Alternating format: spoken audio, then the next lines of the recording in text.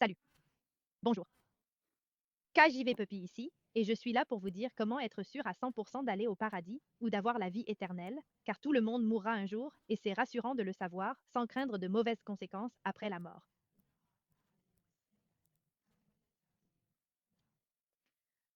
Alors dis-moi, es-tu sûr à 100% que quand tu mourras, tu iras au paradis?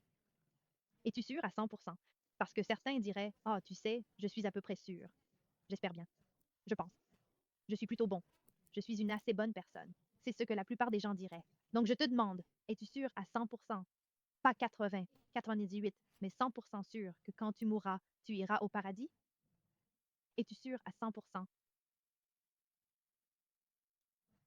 Eh bien, savais-tu que la Bible nous dit qu'on peut en être sûr à 100%?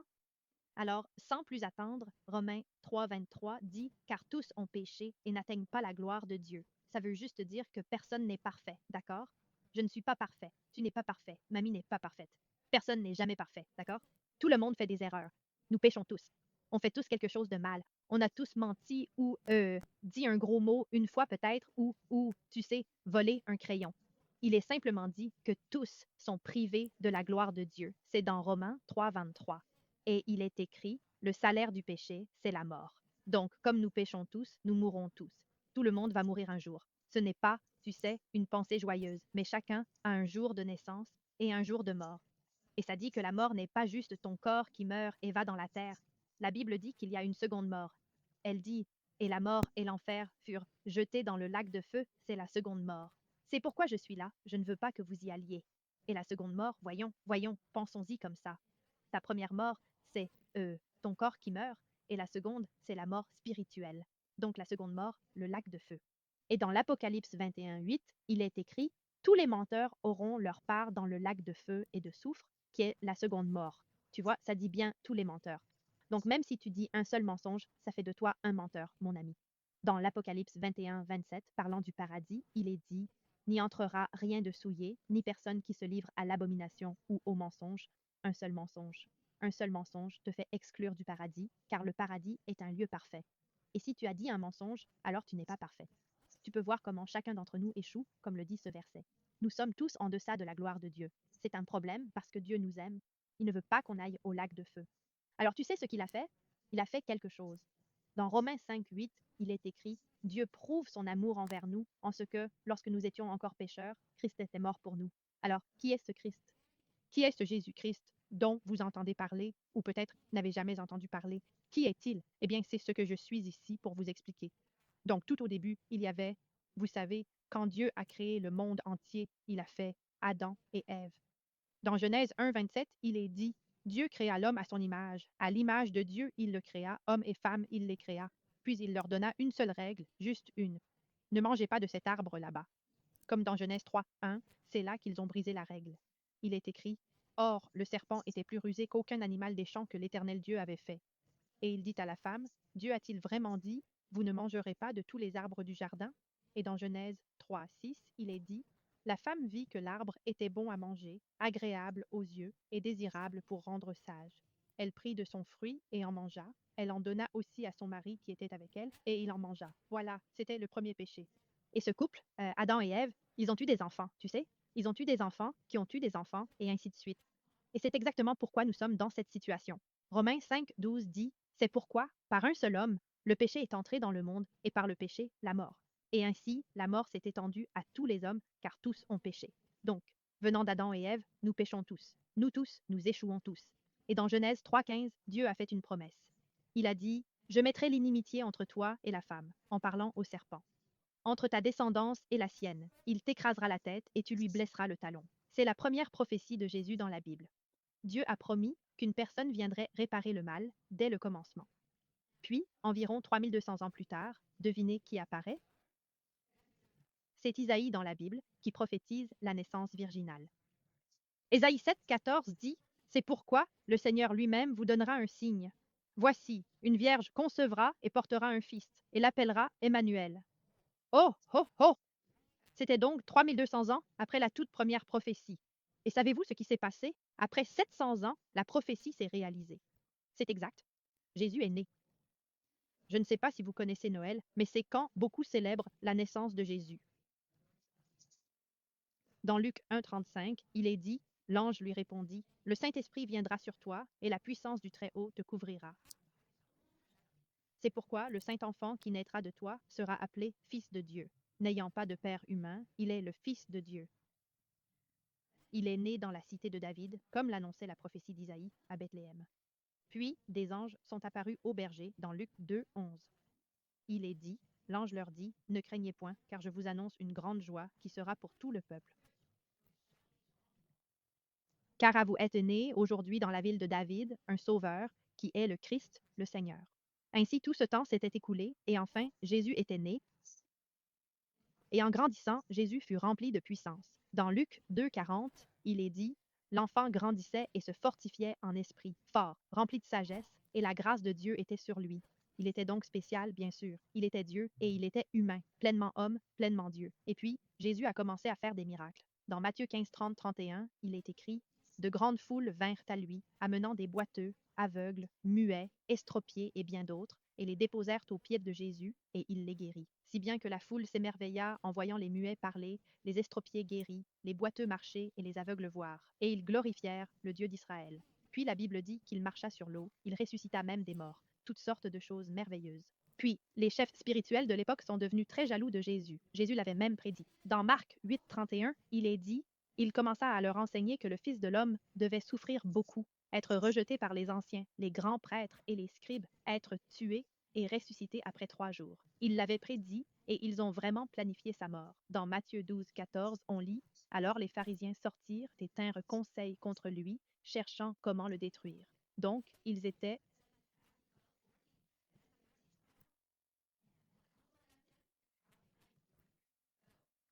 Et enfin, finalement, ils ont pris Jésus et ont désiré le faire tuer sur une croix, ce qui est aussi appelé crucifié. C'est le mot chic pour tuer sur une croix. Ils ont rassemblé un grand groupe de personnes pour les aider à condamner Jésus. Et ils demandaient la permission de tuer Jésus. C'est ce qui s'est passé. Ils se sont tous réunis en disant crucifiez-le, crucifiez-le, crucifiez-le. Et finalement, Jésus est mort sur cette croix. Oui, journée triste. Et après sa mort, 3 jours plus tard, certaines personnes vinrent à son tombeau, à sa tombe, mais elles furent stupéfaites. Ils ont découvert que Jésus était parti et qu'un ange s'y trouvait. Dans Luc 24, 6, 7, l'ange dit, il n'est pas ici, mais il est ressuscité. Souvenez-vous comment il vous a parlé alors qu'il était encore en Galilée, disant, le Fils de l'homme doit être livré aux mains des pécheurs, être crucifié, et le 3e jour doit ressusciter. Il est donc ressuscité d'entre les morts. Et souvenez-vous donc que la punition du péché, de faire de mauvaises choses, est la mort. Puis il y a une seconde mort, qui est l'enfer et le lac de feu, dont on ne peut s'échapper. C'est pourquoi je vous dis tout cela, pour qu'on n'y aille pas. Et il est dit que nous sommes tous pécheurs, que nous méritons tous l'enfer, mais Dieu nous aime, et dans Romains 5, 8, il est écrit, Dieu prouve son amour envers nous, en ce que, lorsque nous étions encore pécheurs, Christ est mort pour nous. Il a payé pour nos péchés par sa mort, son sacrifice. Il a vécu une vie parfaite, vous savez. Il n'a jamais, jamais péché, pas une seule fois. Dans 2 Corinthiens 5, 21, il est écrit, celui qui n'a point connu le péché, il l'a fait devenir péché pour nous, afin que nous devenions en lui justice de Dieu. Waouh! Et dans 1 Pierre 2, 24, il est dit, lui qui a porté nos péchés en son corps sur le bois. Il a donc porté nos péchés dans son corps sur la croix. Mes péchés, vos péchés, les péchés de tous. Vos péchés passés, vos péchés futurs, tous les péchés étaient sur son corps ce jour-là, car Dieu, fait homme, parfait, a payé pour votre péché. Et dans Hébreux 2, 9, il est dit qu'il doit, par la grâce de Dieu, goûter à la mort pour chaque homme. Dans Colossiens 2, 14, il est écrit, effaçant l'écriture des ordonnances qui étaient contre nous. Il l'a donc effacé, comme gommé. Il l'a effacé. Les ordonnances contre nous, c'est une longue liste de choses qu'on ne doit pas faire, d'accord? Une très longue liste. Ne pas mentir, ne pas tricher, ne pas voler, longue liste. Et il y a cette ordonnance contre nous, donc tout le mal que tu as fait, comme une grande liste, et il dit qu'il l'efface. Il l'efface complètement. Colossiens 2, 14 dit, effaçant l'écriture des ordonnances contre nous qui nous étaient contraires, et l'a ôtée en la clouant à sa croix. Tout le mal que tu as fait ou feras a été cloué à la croix ce jour-là. Mais tout le monde n'ira pas au ciel et tout le monde n'ira pas en enfer. La Bible dit qu'il y a une chose que chacun doit faire. Il dit, et ils les ont fait sortir, et on dit, messieurs, que dois-je faire pour être sauvé? Et ils dirent, crois au Seigneur Jésus-Christ, et tu seras sauvé, toi et ta famille. C'est dans Actes 16, 30, 31. Donc ça ne dit pas d'être une bonne personne. Ça ne dit pas d'aller à l'église. Ça ne dit pas de te repentir ou de te détourner du mal. Ça ne dit pas d'arrêter de jurer. Ça ne dit pas de donner aux pauvres. Ça ne dit pas toutes ces choses. Ça ne dit pas de se faire baptiser. Ça ne dit pas plein d'autres choses qu'on n'y trouve pas. D'accord? Ça dit, crois au Seigneur Jésus-Christ et tu seras sauvé, toi et ta famille. Vous voyez, certains croient en leurs bonnes actions.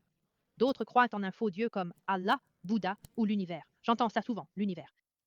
Ça dit, crois au Seigneur Jésus-Christ et tu seras sauvé, toi et ta famille. Tu dois donc croire en lui et alors tu seras sauvé. Si je disais que je vais au ciel parce que je suis bon, alors je crois en moi-même. Je crois en moi. Mais si je vous disais que je vais au ciel parce que Jésus est si bon qu'il a payé pour mes péchés par sa bonté, c'est ça l'idée ici. Je ne crois pas en ma propre justice. La Bible dit que notre justice est comme des haillons souillés. C'est vraiment dégoûtant. Un chiffon sale et répugnant. C'est tout ce que nous valons. Alors, à la porte du ciel, n'essaie pas d'offrir un haillon souillé. Dis simplement, j'ai cru en Jésus et son sacrifice pour mes péchés. C'est ça qui me donne la justice. C'est ce qui me permet d'aller au ciel, d'être en paix avec Dieu. Il le dit plusieurs fois, on ne va pas tout revoir, mais il dit, car c'est par la grâce que vous êtes sauvés, par le moyen de la foi. C'est un don de Dieu. Ce n'est pas par les œuvres, afin que personne ne se vante, car par la grâce vous êtes sauvés par la foi. La grâce est ce que tu ne mérites pas, et tu es sauvé par la foi. Donc par la grâce, vous êtes sauvés par la foi. Vous ne le méritez pas, et vous êtes sauvés par ce que vous croyez. La ligne suivante dit, et cela ne vient pas de vous-même. C'est le don de Dieu, pas par les œuvres, afin que personne ne puisse se vanter. C'est un cadeau, d'accord? Il y a des gens qui disent, oh, j'ai un cadeau pour toi, mais il y a des conditions attachées, d'accord? Ou un site web dira, oh, cadeau gratuit, mais vous devez leur donner $1. Dès que vous devez donner $1, ce n'est plus un cadeau. Dès que vous devez faire quoi que ce soit, ce n'est plus un cadeau. Si je vous disais, je te donne cette Bible, mais tu dois me donner 5 €, est-ce un cadeau? Non. Ou si je disais, je te donne cette Bible, c'est un cadeau, mais tu ne peux plus jurer. Plus de gros mots. Est-ce un cadeau? Non, car vous avez dû le gagner ou le mériter alors que la Bible dit que c'est un don gratuit. Un don gratuit. Par exemple, quand quelqu'un vous offre un cadeau, vous le prenez, vous le recevez et dites merci, et c'est à peu près tout ce que vous avez à faire pour le salut. C'est un don gratuit parce que Dieu vous aime et la Bible dit maintes fois que c'est simplement en croyant en Jésus. C'est la seule voie. Donc il est écrit que ce n'est pas par les œuvres afin que personne ne puisse se vanter. Quand j'arriverai au ciel, je ne pourrai pas dire je suis là parce que j'ai fait cette bonne action. Je dirai je suis ici grâce à Jésus. Jésus a payé pour moi. Jésus est mort à ma place. C'est la seule façon d'aller au ciel. Je ne suis pas assez bon, je ne suis pas parfait, mais Jésus l'était. Dans Romains 4,5, il est écrit à celui qui ne travaille pas, mais qui croit en celui qui justifie l'impie, sa foi lui est comptée comme justice. Sa foi est comptée comme justice. Pas besoin d'œuvre. Il est écrit à celui qui ne travaille pas. Donc pas besoin de bonnes œuvres. Et arrêter de pécher est une bonne œuvre d'ailleurs. C'est écrit dans Jonas 3,10. Donc Dieu a vu leurs œuvres, qu'ils se sont détournés de leur voie maléfique. C'est ce qu'on appelle le travail, se détourner de ta voie maléfique. Ça s'appelle du travail et ce n'est pas obligatoire. Pour aller au paradis, il suffit simplement de croire en Jésus. C'est tout, c'est tout. Ainsi, Jean 3,16 dit car Dieu a tant aimé le monde qu'il a donné son Fils unique, afin que quiconque croit en lui ne périsse pas, mais ait la vie éternelle. C'est un verset très populaire qui dit que celui qui croit en Jésus ne périra pas, mais aura la vie éternelle. Alors, combien de temps dure l'éternité? Pour toujours. Une fois que tu as ce don, il est à toi pour toujours. D'accord? Si je disais, hé, je te donne un cadeau, cette Bible, elle est à toi, tu peux l'avoir, c'est un cadeau. Mais si tu me mets en colère et je la reprends, ce n'était pas un cadeau, mais une sorte de transaction conditionnelle. Or, il est dit que c'est la vie éternelle, pas une vie temporaire. Tu ne peux pas perdre ton don, c'est ton don pour toujours. Jean dit aussi, à tous ceux qui l'ont reçu, il a donné le pouvoir de devenir enfants de Dieu, à ceux qui croient en son nom. Tu vois, la Bible répète sans cesse, croire, croire, c'est simplement par la foi.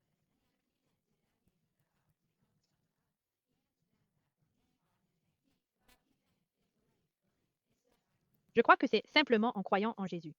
Et c'est ainsi que tu peux devenir enfant de Dieu.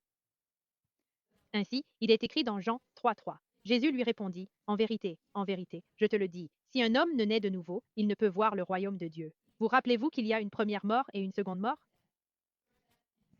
Eh bien, il y a une première naissance et une seconde naissance. La première est ta naissance physique et la seconde est ta naissance spirituelle. Et rappelle-toi, ta mère a fait tout le travail quand tu es né. Tu n'as pas eu à travailler pour ça.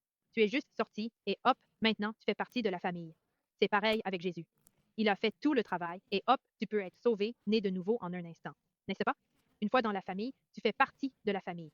Tu ne peux pas te dénaître. Dénaître. Tu ne peux pas être déné. C'est drôle d'y penser. Donc, une fois né, tu fais toujours partie de la famille. Tu peux dire, maman, papa, je ne vous aime pas et je vais m'enfuir loin. Je vais aller aussi loin que possible, si loin que tu ne me reverras jamais. Et je ne t'aime pas, je ne veux pas te parler et je n'aime pas tes règles. Peu importe. Tu restes leur enfant. Tu peux dire, Dieu, je ne t'aime pas, je ne te parle pas, je refuse tout ça, je veux faire ce que je veux. Peu importe la distance, tu resteras dans la famille de Dieu. C'est exact. Ton âme est en sécurité. Ton nom est inscrit dans le livre de vie pour toujours. Une fois sauvé, toujours sauvé. Et ça veut aussi dire que, tu sais, on ne peut pas faire n'importe quoi une fois sauvé. Tu comprends? On ne peut pas l'utiliser comme un permis de faire ce qu'on veut. On veut faire de bonnes choses après avoir été sauvé, tu vois. Hébreux 12, 6, 8 dit, car le Seigneur châtie celui qu'il aime, et il frappe de verge tout fils qu'il agrée.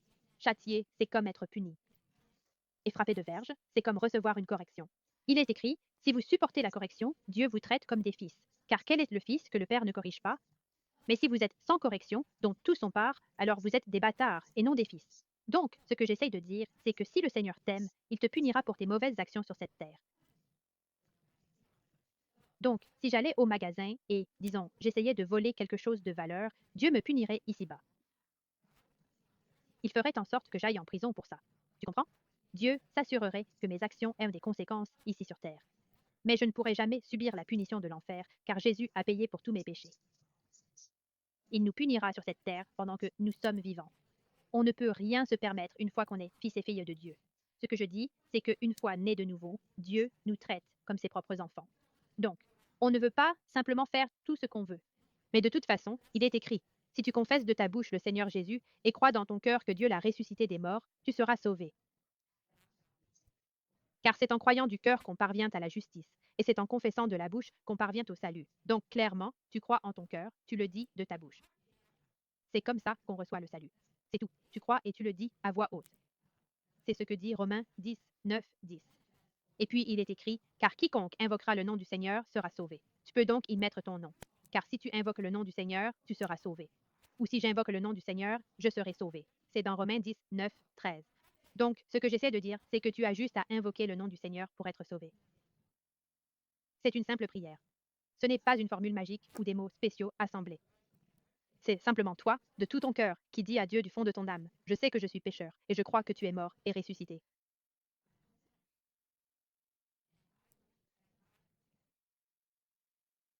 Tu as payé le prix, Jésus, pour mes péchés, afin que je n'aille pas au lac de feu. Tu as payé pour que je reçoive le don de la vie éternelle. Jésus, sauve-moi et offre-moi le don gratuit de la vie éternelle. Emmène-moi au ciel quand je mourrai. Amen. Donc, si vous croyez cela, si vous avez dit quelque chose comme ça sincèrement à Dieu, il vous sauvera. Alors, félicitations. Si tu l'as dit de tout cœur aujourd'hui, c'est ton anniversaire spirituel. Joyeux anniversaire. Tu vois, maintenant, tu as 2 anniversaires. Alors, tu auras plus de gâteaux, je suppose. Mais sérieusement, joyeux anniversaire. Les anges se réjouissent au ciel et tu ne peux pas perdre ce salut. Il est écrit, en vérité, je vous le dis, celui qui entend ma parole et croit en celui qui m'a envoyé a la vie éternelle et ne sera pas condamné, mais est passé de la mort à la vie. Et après, et maintenant, eh bien, je vous dirai de lire votre Bible. J'aime la KJV. Elle n'a pas changé depuis des siècles et dit des choses contradictoires dans tant de traductions différentes. Je ne vais même pas aborder ça maintenant. La King James est comme elle est, et si vous parlez une autre langue que l'anglais, je l'afficherai ici à l'écran. C'est une bonne Bible à utiliser dans votre langue, car la Bible dit que toute écriture est inspirée de Dieu et utile pour enseigner, reprendre, corriger et instruire dans la justice. Donc si vous voulez plaire à Dieu, apprenez à connaître votre Bible. Dans 1 Pierre 2,2, il est écrit, comme des nouveau-nés, désirez le lait pur de la parole, afin de grandir par lui. Comme un bébé, vous voulez boire ce lait de la parole. Et deuxièmement, je dirais de vous faire baptiser. Ce n'est pas nécessaire pour aller au ciel, n'est-ce pas? Vous irez déjà au ciel. Mais la Bible dit que c'est une bonne idée de se faire baptiser après avoir été sauvé. Ainsi, le tout dernier verset de Matthieu dit, et Jésus s'approcha et leur parla en disant, tout pouvoir m'a été donné dans le ciel et sur la terre. Allez donc, enseignez à toutes les nations, les baptisant au nom du Père, du Fils et du Saint-Esprit, leur apprenant à observer tout ce que je vous ai commandé. Et voici, je suis avec vous tous les jours, jusqu'à la fin du monde. Amen. J'adore ça. Et Jésus a montré que se faire baptiser était une bonne chose en le faisant lui-même. Il est écrit. En ces jours-là, Jésus vint de Nazareth en Galilée et fut baptisé par Jean dans le Jourdain. Et aussitôt, sortant de l'eau, il vit les cieux s'ouvrir et l'Esprit descendre sur lui comme une colombe. Et une voix vint des cieux disant, tu es mon Fils bien-aimé, en qui j'ai mis toute mon affection. Et immédiatement, l'Esprit le poussa dans le désert. C'est Marc 1, 9, 12. Voulez-vous que Dieu soit satisfait de vous? Faites-vous baptiser après avoir été sauvé. C'est une bonne prochaine étape d'obéissance. Et après cela, Jésus a immédiatement commencé son ministère. Il a trouvé des disciples, il a fait des miracles. Et personnellement, J'ai vu la puissance de Dieu accélérer dans la vie des gens après le baptême, accomplir de grandes choses pour Dieu après s'être fait baptiser. Je le recommande vivement. Et si vous avez été baptisé avant de recevoir le salut, comme certains l'ont été bébés, cette pratique n'est pas biblique. Non, ça ne marche pas. Ce n'est pas un vrai baptême, car la Bible affirme clairement que le baptême se fait après être sauvé et né de nouveau. Donc, beaucoup se font rebaptiser. Si c'est votre cas, je vous dirais d'aller dans une bonne église et de vous faire baptiser à nouveau, car la Bible dit que le baptême vient après le salut. C'est un symbole de la mort, de l'ensevelissement et de la résurrection de Jésus. C'est tout le symbole que vous mourrez et ressuscitez avec lui. C'est donc l'image de votre nouvelle vie en Jésus-Christ. Alors je dirais que beaucoup se font rebaptiser. C'est tout à fait normal. C'est leur premier pas dans leur nouvelle vie, après avoir reçu le don gratuit du salut. Je vous conseille donc de lire une bonne Bible, de vous faire baptiser et de trouver une bonne église. Vous savez, une qui affirme que le salut est un don gratuit. S'ils disent repens-toi de tes péchés, ou tu dois mériter ton salut, ou promets à Dieu de ne plus être mauvais, ou des choses comme ça, évitez cette église. Allez plutôt dans une église où ils disent je vais au paradis grâce à Jésus. Voilà, merci pour votre temps. Je vous aime, moi et eux. Passez une bonne nuit ou journée, peu importe l'heure qu'il est, chez vous. Je suis si heureuse pour vous si vous avez reçu le don gratuit du salut. Prenez soin de vous. Au revoir.